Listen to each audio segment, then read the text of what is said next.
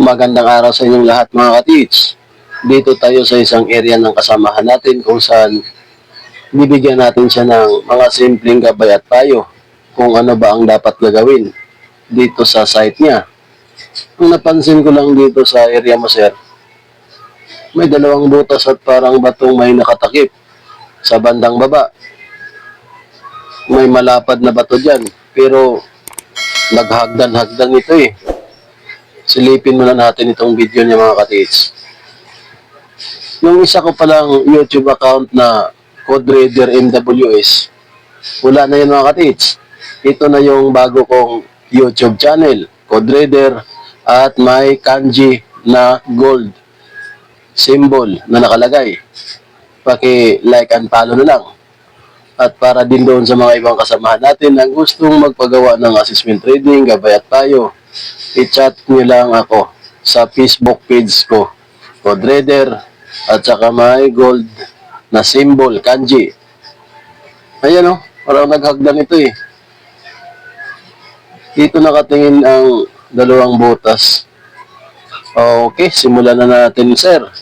Ito ang masasabi ko. Mapapansin natin dito sa unang video mga ka-teach. Makinig kang maigi, sir. Dahil may dalawang butas na nakatingin. Ang ladlock position, patingin sa baba or dito sa side na yan. Sa bandang taas niya,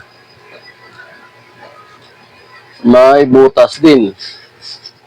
At kinalangan or nilagyan ng bato. Magandang kahulugan ito eh, pagdating sa pag-treasure hunting dahil ang ibig sabihin nito, sir, sa dalawang butas na yan, may tinutukoy siyang daanan. Ang butas na ito, wait lang.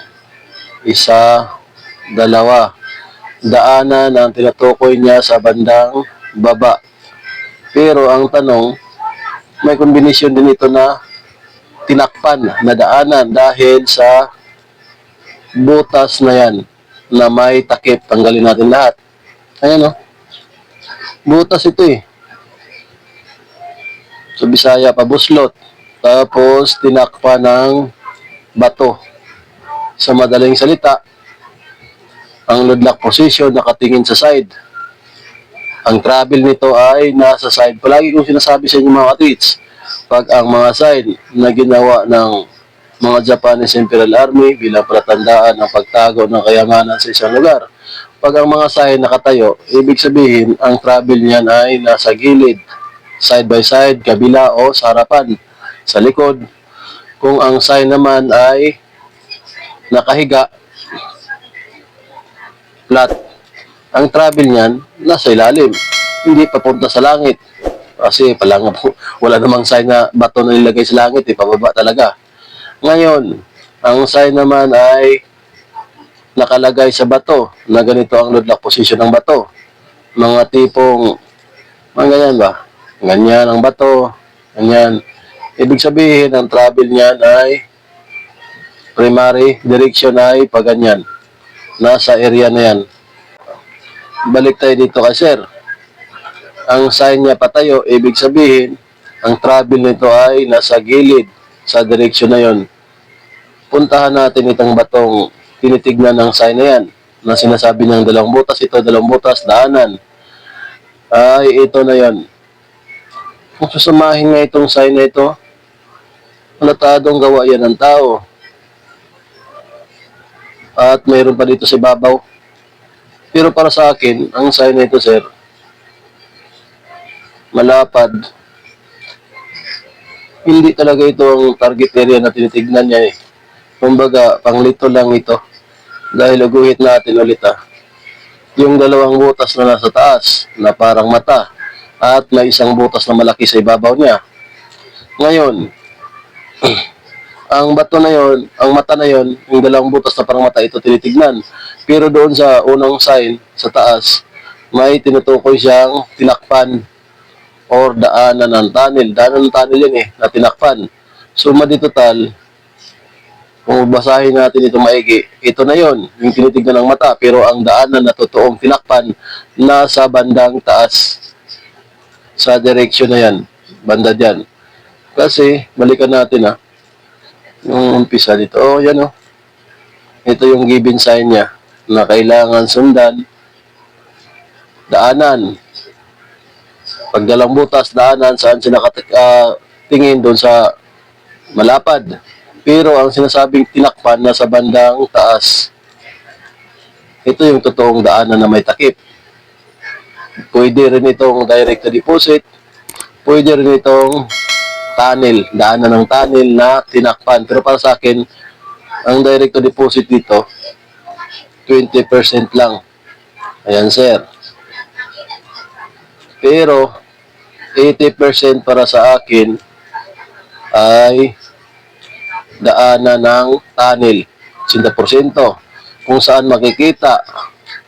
Dito banda yan sa taas. Kasi kung bumasihan natin, nandito yung dalawa.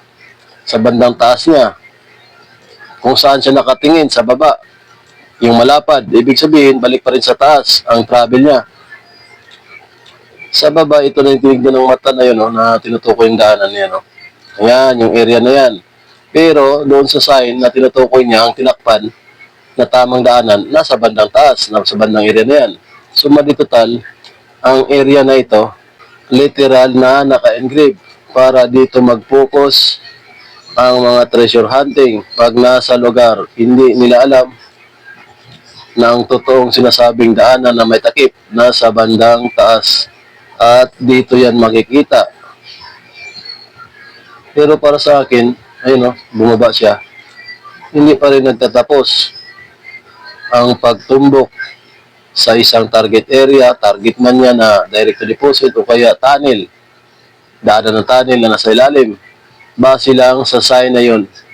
Kaya ito na yun, sir. Yung tinutukoy na yung area na yan. Kaya ang mas mainam na gagawin or gagawin mo, sir, sa area na yan. Nasa na yan. Pabalagbag kasi o patayo kasi itong video ni sir Hindi pahiga para makita lahat or distansya. Nakatayo. Mas mainam mong gawin pa yung kaibigan. Pumunta ka doon sa unahan. Kasi dito banda yung may sign na may mata at saka yung sinasabing tip. Nandiyan banda yun sa baba at nakaturo sa baba din. Sa baba nitong area na ito. Ngayon, 20 meters, 25 meters sa unahan, maghanap ka pa ng ibang sign. Tulad ng mga nag-iisang bato na may naka-engrave na mga arrow sign o kaya may mga mukha na naka-engrave sa bato na yun na nagtuturo or nakaharap sa area na ito. Hindi dito sa baba. Kasi hindi dito. Kasi panglansis lang ito. Kumbaga dito nilagay ng mga Japanese Imperial Army ang mga sign para pikiin ang tamang daanan at dito pupukus ang treasure hunter. Pero sa totoo, base doon sa naunang sign, nandito banda. Okay, maghanap ka pa ng ibang sign, sir. Para sa akin, partial lang ito or nasa 60% na rin para sa akin na nandito talaga ang tamang daanan sa area na yan.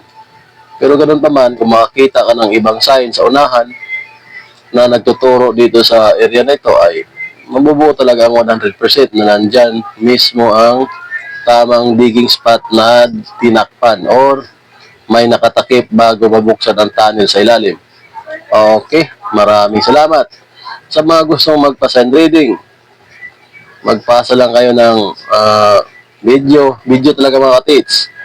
Doon sa Facebook page ko, Code Reader, at saka may gold na kanji symbol. At saka wag na rin makalimot, mag-like and follow. Okay, maraming salamat. Thank you mga katits. God bless sa inyong lahat.